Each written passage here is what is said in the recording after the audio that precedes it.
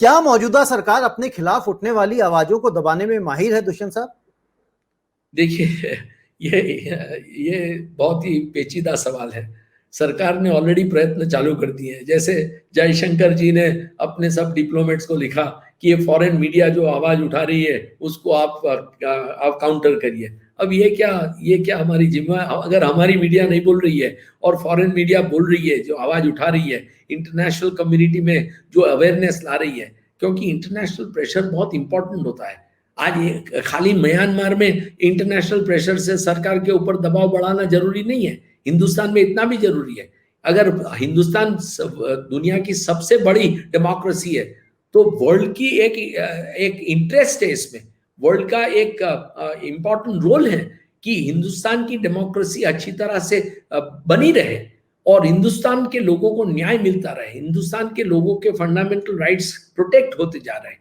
ये वर्ल्ड का एक दायित्व बनता है, क्योंकि आज ग्लोबलाइजेशन में वर्ल्ड हैज बिकम इंटरडिपेंडेंट। कोई भी कंट्री एक दूसरे से अलग नहीं रह सकता है। आज बोस्निया में जब मुसलमान मरे रहे थे 20-25 साल पहले, तो अमेरिका और नाटो ने क्यों अटैक किया? क्योंकि उनको लगा कि this is violation of international convention, human rights were being violated, innocent people were being killed, तो उन्होंने बचाने के लिए प्रयत्न किया। तो ये सब बहुत ही इंपॉर्टेंट है। आज वर्ल्ड हैज बिकम, आज हिंदुस्तान में भी इनफैक्ट अमेरिका के जब इलेक्शन हो रहे थे और कैपिटल हिल पर जिस दिन अटैक हुआ, मुझे याद है कि प्रधानमंत्री नरेंद्र मोदी ने खुद एक निवेदन दिया कि अमेरिका में जल्दी से पीसफुल ट्रांजिशन ऑफ पावर हो, ऐसी मैं भावना व्यक्त करता हूं। क्या वो इंटरफियरेंस था प्रधानमंत्री का? नहीं, क्योंकि प्रधानमंत्री भी शॉक हो गए थे कि कैपिटल हिल में ये पागल लोग ऐसे जाकर अटैक कर रहे थे डेमोक्रेसी में, तो उनका हक था बोलने का। तो आज अमेरिका या वर्ल्ड अगर हमारे खिलाफ लिख रहा है, तो ये अनफॉर्चुनेटली क्या है कि सरकार में कोई इनको सलाह नहीं दे रहा है। बीजेपी इतनी अच्छी पार्टी है, आरएसएस इतना अच्छा ऑर्गेनाइजेशन है, क्यों नहीं बोल सकते हैं सरकार को कि क्रिटिसिज्म होने दीजिए, क्रिटिसिज्म से ही हम आगे बढ़ सकते हैं, क्रिटिसिज्म को रोकने की कोशिश मत। और दूसरे दिन हमारे इंफॉर्मेशन मिनिस्टर साहब कुछ ना कुछ भाषण देते हैं हमारे खिलाफ। आरएसएस के एक नेता ने भी बोल दिया कि ये नेगेटिविटी लोग पैदा करते हैं, एंटी नेशनल। दुष्यंत जी, जो हम ये बात कर रहे हैं ना कि खिलाफ बोल रहे हैं या खिलाफ लिख रहे हैं, तो खिलाफ लिखना, खिलाफ बोलना एक बात है और शायद सच लिखना और सच बोलना एक बात है। दोनों में अंतर नहीं है क्या? नहीं, मैं आपको करेक्ट करूंगा। ये खिलाफ नहीं लिख रहे हैं, ये आम आदमी के फेवर में लिख रहे हैं, ये जनता के लिए लिख रहे हैं, ये देश के 140 करोड़ लोगों के लिए लिख रहे हैं। तो किसके खिलाफ? चंद चुने हुए इलेक्टेड रिप्रेजेंटेटिव के खिलाफ। उनका क्या हक है? उनका क्या एग्जिस्टेंस है 140 करोड़ की जनता के खिलाफ? अगर 140 करोड़ की जनता को पब्लिक इंटरेस्ट को प्रोटेक्ट करने के लिए लोग आवाज उठाए, अगर मीडिया कुछ बोले, तो उसमें कोई खराबी नहीं है, वो तो जरूरत है, तभी तो डेमोक्रेसी सर्वाइव हो सकती है। अगर डेमोक्रेसी आवाज को आप बंद कर देंगे, freedom of speech and expression fundamental right क्यों दिया गया?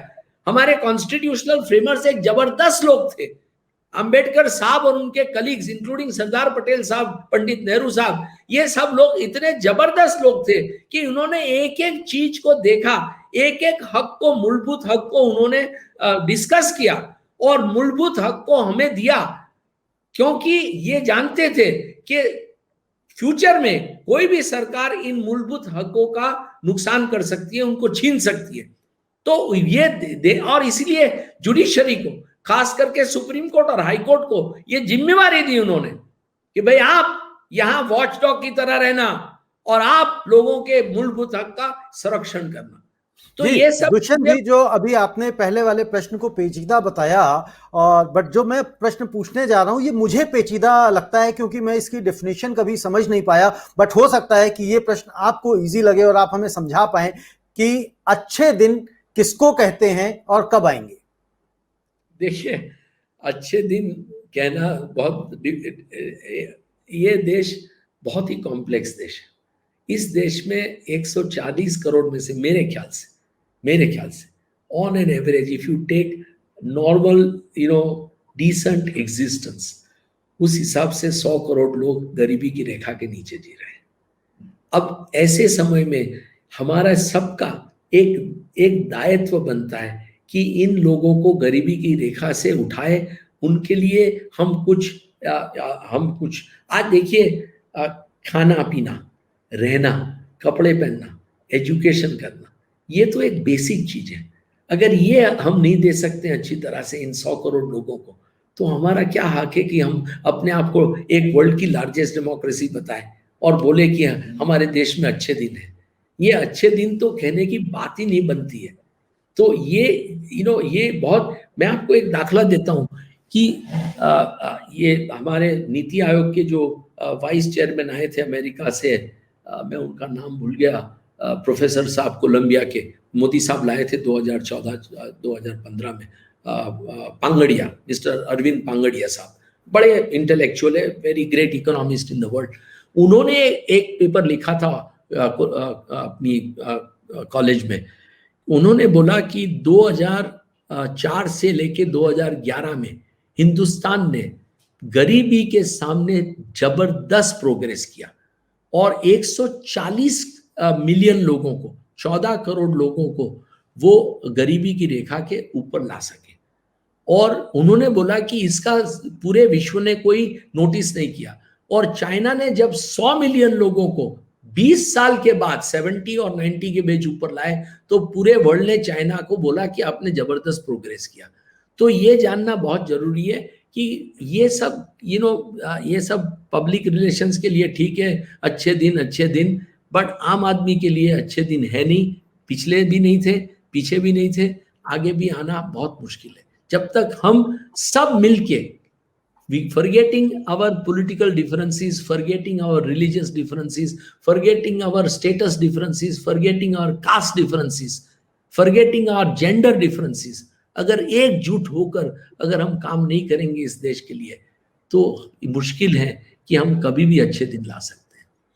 बिल्कुल दुष्यंत दवे साहब, ये आपने बहुत बड़ी बात कही है कि यदि हमें अच्छे दिन चाहिए तो हमें एकजुट होकर एक प्लेटफॉर्म पे आना पड़ेगा, अपने आपसी द्वेषों को भुलाना पड़ेगा, अपने आपसी, चाहे वो धार्मिक अंतर हो चाहे स्टेट्स के अंतर, उनको भुलाना पड़ेगा, तभी हम कहीं जाके हम ये सोच सकते हैं कि अच्छे दिन आएंगे। बहुत बहुत शुक्रिया दुष्यंत दवे साहब, आपने बहुत बेबाकी से इतनी सारी बातें कही, और मैं समझता हूँ जो दर्शक भी देख रहे होंगे उनको भी अपने राइट्स भी समझ में आ रहे होंगे। दर्शकों को मैं अपने हमेशा कहता हूँ कि यदि आप सरकार चुनते हैं तो आपको क्या चाहिए, क्या आपके फंडामेंटल राइट्स होने चाहिए, उनको भी मांगिए। जब तक आप सरकार से एजुकेशन नहीं मांगेंगे, जब तक आप सरकार से अच्छी स्वास्थ्य सुविधाएं नहीं मांगेंगे, जब तक आप अपने लिए अच्छे रोजगार और अच्छी सुरक्षा नहीं मांगेंगे, तब तक ये सरकार आपको बाकी की चीजों में उलझाए रहेगी, मंदिर, मस्जिद, गुरुद्वारा, और इन्हीं चक्करों में हम फंसे रह जाएंगे। और आप देख रहे हैं कि स्थितियां कहां से कहां पहुंचती जा रही। आज के लिए इतना ही, बहुत बहुत धन्यवाद, नमस्ते।